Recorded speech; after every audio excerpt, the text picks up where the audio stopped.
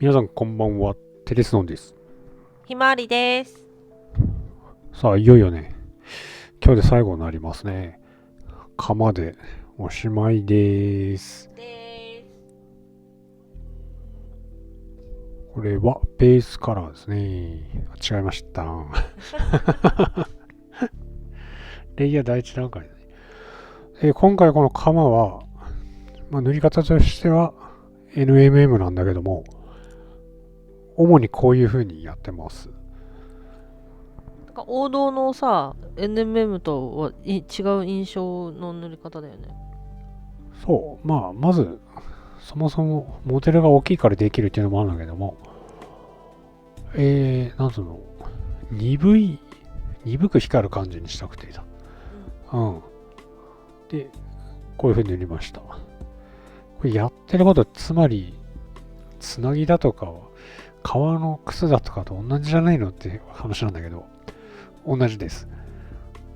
だからあれだね、偉そうなこと言うと、色の選択がちゃんとしていれば、塗り方が一緒でも、そのように見える。本当君、造形に助けられてるだけじゃないのっていう気もするけど、いや、もちろんそうだけど、ちゃんと見えるじゃん。NMM に。見えるんだな、これがな。NMM に見えるんじゃなくて、ちゃんと金属に見える。見えんだよな、これがな。で、この、今塗ってる部分はこういう風にやってるけども、あと下の、なんていうの、刃部分っていうか、うん、そっちは、なんか、王道の塗り方みたいな感じにして、ちょっと、鋭さを出してみてる。現段階でこういう風にやってんだけど、最終的には、ここは、筆で、そうそう、これ今やってるね。うん、こんな感じ。本当はね、これは、この釜は、上空の月が反射してる様を塗りで見せたいなと思ってたんだけど、今の私にはできませんって言ってやめたんだよね。いつかそれもやっていかなきゃなんないのかな。周りの景色が映り込む金属もやらなきゃいかんのだよ。やることいっぱいだ。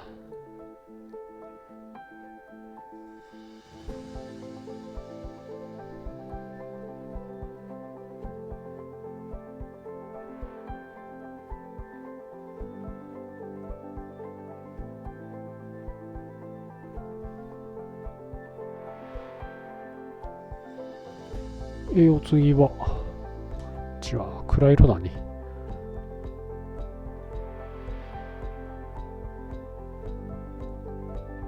まあ、この動画もまあ、これで終わりということで、クリーナーというガレージキット。まあ、要所要所でまたこの動画に釜に関してのコメントはさせてもらうんだけど、全体を通しての感想などどうする？最後に回す？いや、これちょっと時間短いから、つらつら喋ってみるけども。このクリーナーっていうのは、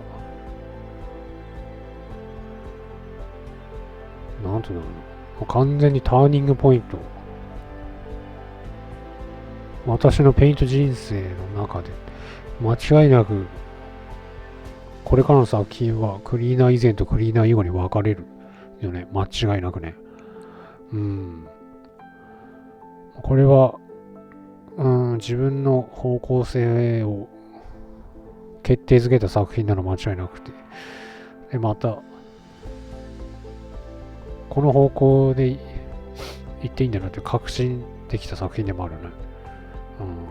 ということで、しばらく擦り続けるね。うん。じゃあ話は変わって、これ裏側ですね。裏は、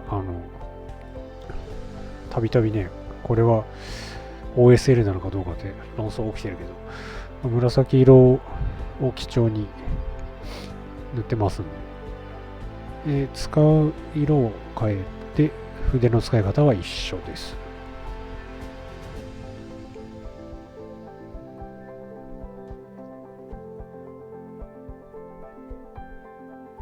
で、なんだっけ。さっきの面とさ、1個目の音じゃない色を置いてる場所違うけど、それは裏側だからとかなんか。あ、そうそう。まあそうね。うん。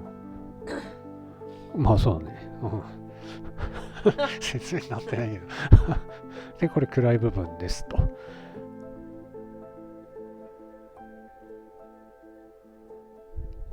なんだっけ。こすり続けるという話ね。しばらくこするね。これよりもいいなって自分で思えるもの出てくるまでこするだろう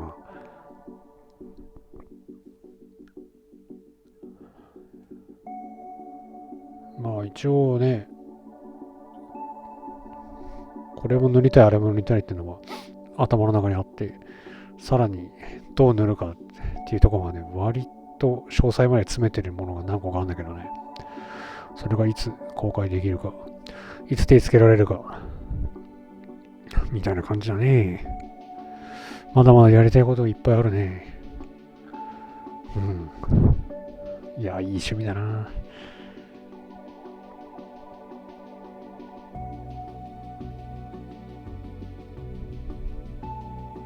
クリーナーはあまり金属の部分とかがないから、まあ意外と対価はあるんじゃないかなって思ったけど、そんなことなかったな。うん。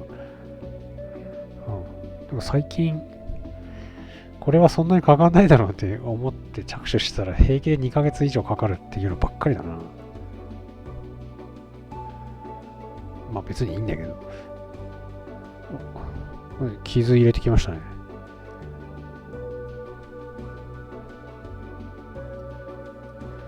これはまああまり深く考えずに。これさ、ランダムにやれって言うじゃん。このランダムが難しいよね。でもランダムって言ってっけどさ、線が全部45度で入ってんじゃねえのって、感じがするよな。まあこれね、結局、何回か言ってるけど、まあ、グレージングしたりして、鳴らすから、適当ね。次のハイライトかな。これ結構ね、そうそう、最初さ、ノンメタってどうしても限界まで白まで持ってきたくなるんだよね。でね、さすがに最近ね、それなくなった。これも結構昔なら真っ白までやりたかったんだけど、相当抑えたけど、金属っぽく見えてるから、まあ結構進歩したのかなと自分で思ってるね。今、やめた理由言ったっけ？やめた理由？やめた理由は言ってないね。まあ、なんつうの、真っ白に頼らなくても、金属っぽく見せられるようになってきたから、っていうことなのか。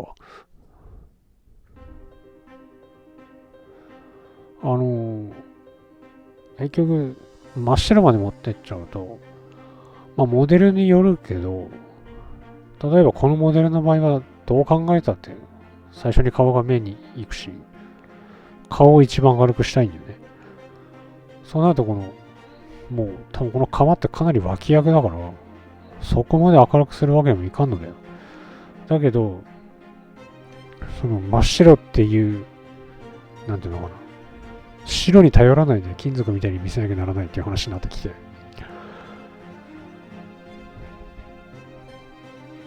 この辺が、これ、なんかね、だんだんね、今いろいろ言ったけど、なんか最終的に白使ってるような気もするんだけど、いや、多分相当限定的に使ってんだよね。本当にちょっと。でさ、これ結構ね、OSL と NMM って、最終的にそれっぽく見える要因って、最大ハイライトじゃなくて、中間の色の選択だなって思うんだよね。金属の。よく海外勢なんてさ、要所要所でグレージングするんだけど、結局その中間の色の情報なんだよなって気がするんだよね。同じこと言ってますけど。大事なことだからっていう感じだな。まあもう終わっちゃうね。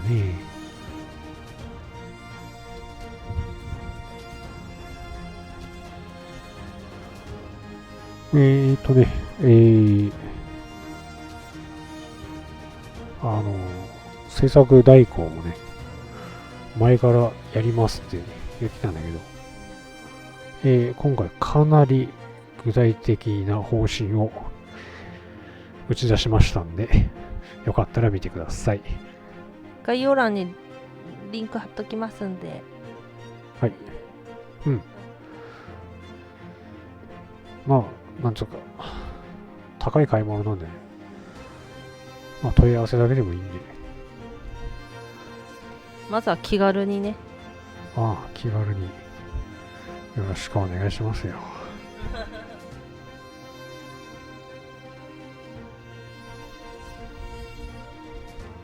まだ終わってないね。最後かなりいい感じの金属感が出てきたんじゃないかいこれ。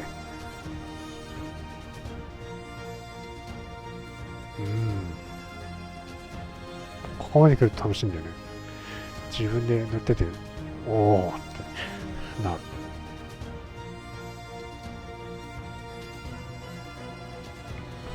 あ、そう。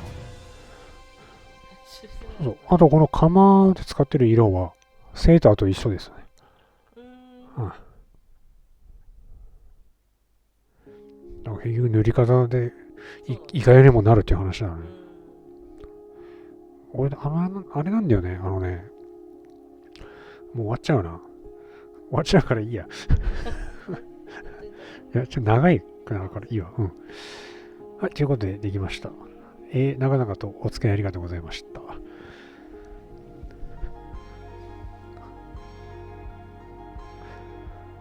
この作品に関して言いたいことは、このシリーズの一番最初で言ったのがほぼ全てなんで、うん。まあ、そっちでよろしくっていうことで。その動画を見てねってこと？うん、そうそう、うん。そっちに集約されてるから。じゃあ、そういうことで、また、次の作品でよろしく、テレスノンでした。長々とお付き合いありがとうございました。また次の動画でお会いしましょう。よろしくね。またねー。